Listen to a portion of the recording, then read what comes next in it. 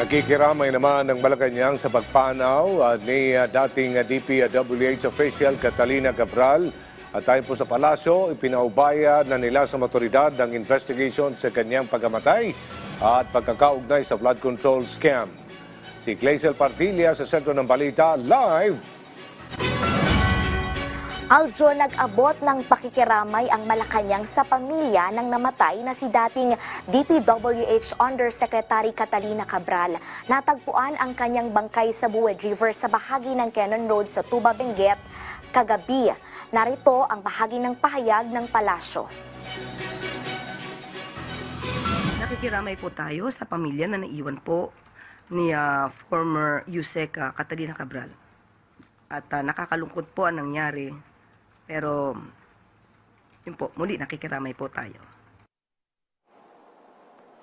Aljo, higit 40 taong nagserbisyo si Cabral sa Department of Public Works and Highways.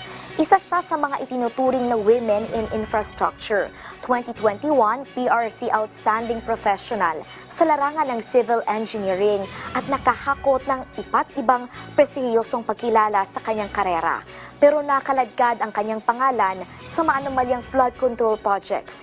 Ayon sa Independent Commission for Infrastructure, isa si Cabral sa mga pangunahing personalidad sa investigasyon ng katiwalian sa mga proyekto ng DPWH, lalo tumayo siya bilang USEC for Planning and Public-Private Partnerships. Una nang nanawagan ng ICI na imbestigahan ang pagkamatay ng dating opisyal at tingnan kung may foul play o bahid ng krimen. Kung mayroon man, posible kasing konektado ito sa maanumalyang mga proyekto.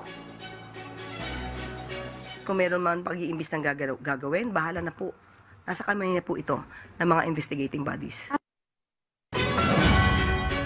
Sa harap niyan, patuloy ang paghabol sa mga sangkot sa flood control scam. Gumugulong pa rin aniya ang hiling ng Pilipinas na red notice kay dating Congressman Zaldico na itinuturing ngayong pugante matapos magtago sa mga otoridad dahil sa mga kasong may kaugnayan sa flood control scam. Tinitingnan din kung may kasong isasampa laban kay dating DPWH Secretary Manuel Bonoan na nasa immigration lookout. Umalis siya noong November 11 at nakatakda sanang bumalik ng bansa ng December 17 pero hanggang sa ngayon ay hindi pa dumarating sa Pilipinas. Yan na muna ang pinakahuling balita mula rito sa Malacanang. Balik dyan sa studio.